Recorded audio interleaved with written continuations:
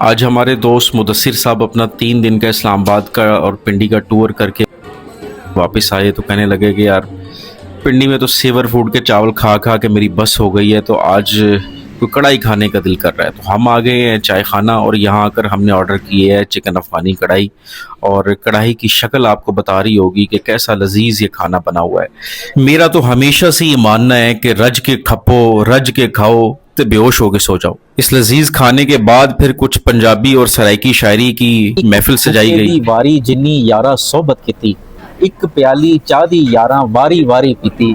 اس کے بعد کوٹ ادو سے آئے اپنے مہمان گورمانی صاحب سے ریکویسٹ کی کہ وہ بھی کوئی سرائکی کے 1-2 شعر ہمیں سنائیں۔ میری پاگل محبت کو سمجھا نسی، میں تا ہر دم وفاواں کریں داریاں، اندے پیریں دے ہر جا نشانے ہوتے، میں تا ڈھائے ڈھائے کے چاواں کریں داریاں۔ تارے وعدے یاسین نبھاون دے، بھیڑے خون ہونن جڑے بھل ویندن، تیرے ناں دا پہلا حرف آوے، تیرے ناں دا پہلا حرف آوے، میں کو سال دے صدمے بھل ویندن۔